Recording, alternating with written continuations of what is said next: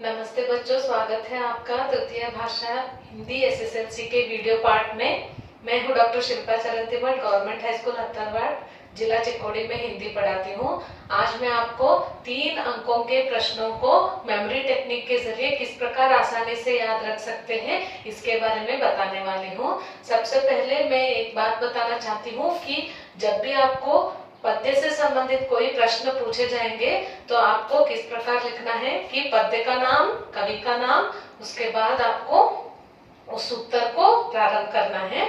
तो पहले मैंने यहाँ पर 3 अंक के लिए समय की पहचान कविता लिया है। तो कोई भी प्रश्न पूछने दीजिए, आपका उत्तर इस प्रकार शुरू होता है कि समय की पहचान कविता में कवि सियाराम शरण गुप्त जी समय की महत्ता के बारे में बताते हुए कहते हैं कि इस प्रकार आपको शुरू करना है। और समय की पहचान कविता में 2 चीजें याद रखिए कि कविता में ही या फिर अपने तरफ से आप 8-10 वाक्यों को जो समय की उपयोगिता से संबंधित है उन्हें आप एक तरफ लिख लीजिए। कैसे लिखना है मैं बताऊंगी। उसके अलावा इस कविता के आखिर के 4 पंक्तियों को भी आप हो सके तो कंटेस्ट कर लीजिए, तो वहां पर भी आपको 4 वाक्य मिल जाएंगे। तो शुरू करते हैं। समय की पहचान कविता में सियाराम शरण गुप्त जी समय की महत्ता का परिचय इस प्रकार देते हैं। समय की महत्ता के बारे में कहते हैं कि कभी भी समय को नष्ट नहीं करना चाहिए। समय अनमोल धन है और खोया हुआ समय कभी भी वापस नहीं आता। यहाँ पर सिर्फ चित्र देखते हुए मैं आपको वाक्यों को बता रही हूँ। और अगर आप चक्रवर्ती भी हो तब भी आप खोए हुए समय को वापस नहीं ला सकते। और कोई भी द्रव्य समय के तुलना में अनमोल नहीं होता है। समय ही सबसे अनमोल धन है और समय ईश का दिया हुआ अनमोल धन है।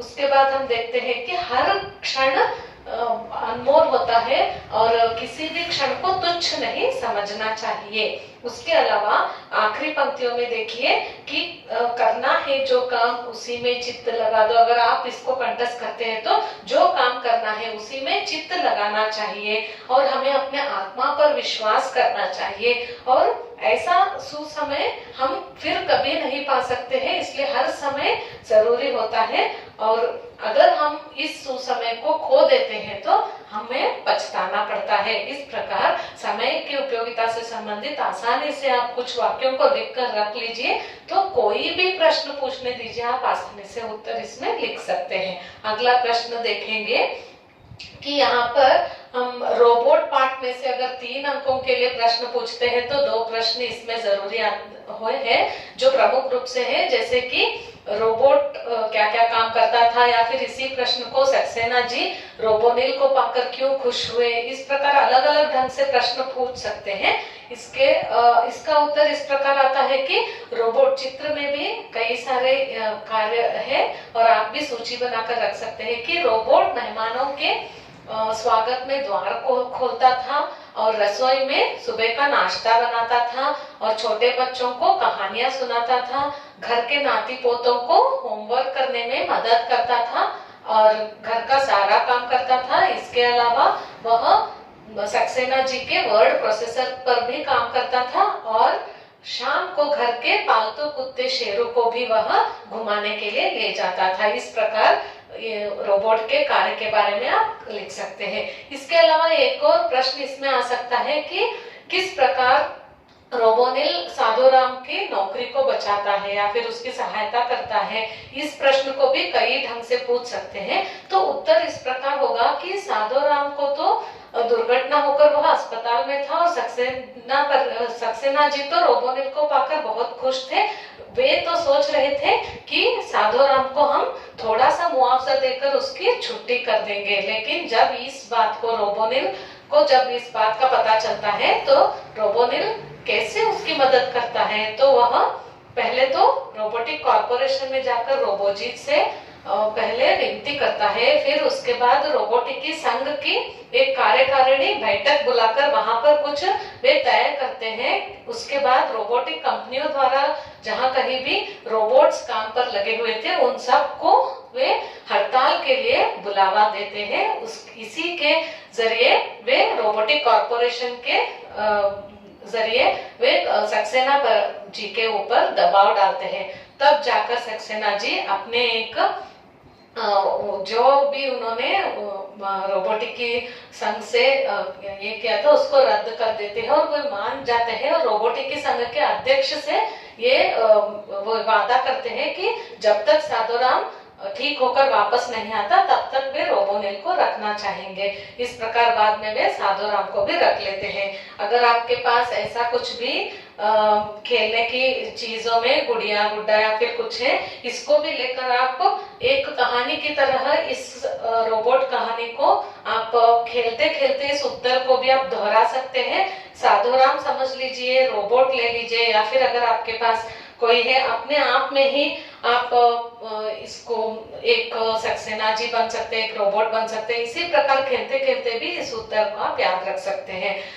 अगला हम देखेंगे कि महिला की साहसगाथा पाठ में विचेंद्री पाल जी का एक पाठ में बहुत ही सुंदर पाठ है। इसमें कुछ उत्तर जरूरी है 3 अंकों के लिए। इसमें उनके बचपन के बारे में भी पूछ सकते हैं, उसमें उनके परिवार का परिचय थोड़ा सा आप देते हुए ये भी लिख सकते हैं कि वे बचपन में पाठशाला जाने के लिए 5 किलोमीटर चलकर स्कूल जाती थी और जब वह पर्वतारोहण की प्रशिक्षण पा रही थी तो उनका यह जो परिश्रम था वह बहुत ही काम आया और वह सिलाई का काम करके अपने पढ़ाई के लिए पैसे जुटाती थी और इसी प्रकार उन्होंने संस्कृत में एमए और बीएड करके अपना शिक्षण पूरा किया। इस प्रकार लिख सकते हैं। इसमें एक और प्रश्न आता है कि वह किस प्रकार चढ़ाई के लिए तैयारी करती है, तो उसके लिए आप लिख सकते हैं कि वह सुबह 4 बजे उठी और चॉकलेट बिस्कुट और चाय के साथ एक हल्का नाश्ता किया और ठीक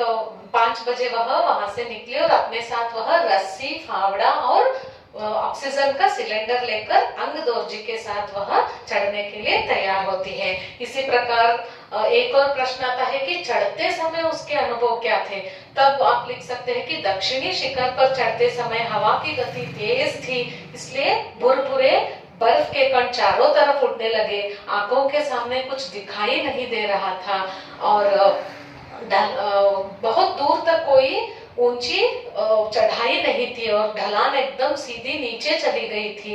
इन सभी कठिनाइयों से भी उनका हौसला बहुत बुलंद था, इसलिए वह यहाँ पर आप ये भी लिख सकते हैं कि 23 मई 1984 के दिन दोपहर ठीक 1:07 को वह एवरेस्ट की चोटी पर पहुंच चुकी थी। इस प्रकार उसके बाद भी एक प्रश्न आता है यहाँ पर कि चोटी पर पहुंचने के बाद उन्होंने क्या किया, तब आप लिख सकते हैं कि कई सारे कठिनाइयों का सामना करते हुए विचेंद्री पाल जी एवरेस्ट की चोटी पर पहुंची और वहां पर सबसे पहले उन्होंने खुदाई करके अपने आप को सुरक्षित किया और घुटनों के बल बैठी और अपने माथे को सागर माता को लगाया और अपने थैले से हनुमान चालीसा और दुर्गा माता का चित्र निकालकर उन्हें लाल कपड़े में लपेटा और उसकी छोटी सी पूजा करके वहीं पर बर्फ में उन्हें रख दिया। इस प्रकार उसके बाद वह अंगदोर्जी को भी बधाई देती है। इस प्रकार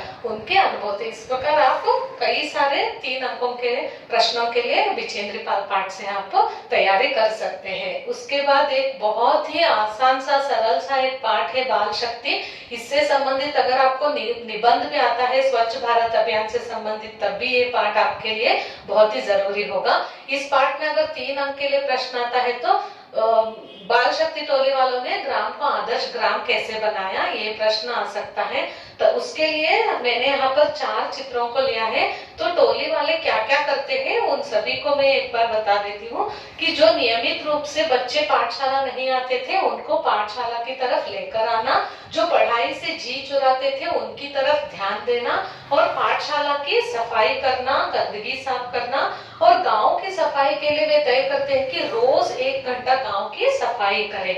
और यहाँ पर कूड़ेदान का चित्र है। कूड़ा डालने के लिए एक निश्चित जगह बनाना और कूड़ादान रखना और गांव के सभी भाइयों से कहना कि कूड़ा उसी जगह पर डालें। और यहाँ पर चित्र है रास्ते के गड्ढों को मिट्टी से ढाकना। इसके अलावा गांव में कई सारे फल फूलों के पेड़ पौधों को लगाकर गांव को हरा भरा करना। इस प्रकार आप चित्रों को याद रखकर इस दीर्घ उत्तर को आसानी से याद रख सकते हैं। इसके बाद हम देखेंगे यहाँ पर है अभिनव मनुष्य कविता से संबंधित 3 अंक के लिए तो 2 प्रश्न जरूरी है। एक तो है मानवता का सही परिचय क्या है, और उसके बाद एक और प्रश्न आता है कि प्रकृति पर सर्वत्र है विजयी पुरुष आसीन, इसका आशय स्पष्ट कीजिए। या फिर इसी प्रश्न को भौतिक साधना, इस प्रकार अलग अलग ढंग से पूछ सकते हैं। तो इसके उत्तर के लिए मैंने यहाँ पर कीवर्ड्स का भी इस्तेमाल किया है और चित्रों का भी इस्तेमाल किया है। देखिए बच्चों, मैंने कहा था कि पद्य के प्रश्न के लिए सबसे पहले आपको पद्य का नाम लिखना है, कवि का नाम लिखना है, प्रश्न को लिखना है, उसके बाद उत्तर। तो यहाँ पर मैं बताती हूँ इस उत्तर को किस प्रकार लिखना है कि अभिनव मनुष्य कविता में कवि रामधारी सिंह दिनकर जी प्रकृति पर सर्वत्र है विजयी पुरुष आसीन, इस पंक्ति का आशय स्पष्ट करते हुए कहते हैं कि आज का मानव, आधुनिक मानव ने प्रकृति के हर तत्व पर विजय प्राप्त कर ली है, व्योम से पाताल तक उसे सब कुछ गेय है। देखिए उसके बाद आज के मानव के करों में वारी विद्युत भाप बंधे हैं। तो उत्तर पढ़ते समय आपको एक्शन भी करना जरूरी है, तो आप याद रखने के लिए आपको आसान हो जाएगा। उसके बाद वाक्य है रिमोट कंट्रोल का चित्र है यहाँ पर, इसको याद रखते हुए आपको कहना है कि आज के मानव के हुक्म पर पवन का ताप चढ़ता और उतरता है। उसके बाद आज का मानव सरित गिरी सिंधु को एक समान लांघ सकता है। तो ये सभी मानव की भौतिक साधना हुई। ये एक कश्मीरी से पाठ से एक उत्तर है, लेकिन ये परीक्षा से दृष्टि से तो ये जरूरी नहीं है, लेकिन मेमोरी टेक्निक सिखाने के लिए मैंने इसका चुनाव किया है। चारों सेबों की हालत कैसी थी, यहाँ पर भी चित्र भी है और कीवर्ड्स भी है। देखिए पहला सेब सड़ा हुआ था और 1 रुपए आकार का जितना छिलका गल गया था, दूसरा सेब आधा सड़ा हुआ था, तीसरा सेब दब कर पिचक गया था और चौथे सेब पर एक काला सुराख था। इस प्रकार मेमोरी टेक्निक को कैसे यूज करते हैं उसके बारे में बताने जा रही थी। इस चित्र में आपको 2 प्रश्नों के उत्तर मिलेंगे। यहाँ पर मातृभूमि कविता से संबंधित है और यहाँ पर कर्नाटक संपदा। मातृभूमि की प्राकृतिक सौंदर्य और कर्नाटक के प्राकृतिक सौंदर्य। सबसे पहले मातृभूमि के प्राकृतिक सौंदर्य के बारे में पूछते हैं, तो फिर से मैं बता रही हूँ कि मातृभूमि कविता में कवि भगवती चरण वर्मा जी मातृभूमि के प्राकृतिक सौंदर्य का वर्णन करते हुए कहते हैं कि तो खेत का चित्र है, भारत के खेत हरे भरे हैं और भारत के वन उपवन फल फूलों से युक्त है। भारत की भूमि में अपार खनिज संपत्ति भरी हुई है, और चाहे तो आप लिख सकते हैं इस खनिज संपत्ति को भारत माता मुक्त हस्त से बांट रही है। तो आपका उत्तर विस्तृत भी हो जाएगा और आसान भी हो जाएगा और आपको पूरे अंक भी मिलेंगे।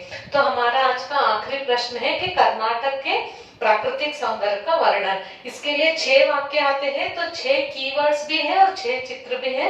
देखिए किस प्रकार लिखना है कि कर्नाटक को प्रकृति माता ने अपने हाथों से संवारकर उसे सुंदर और समृद्ध बनाया है।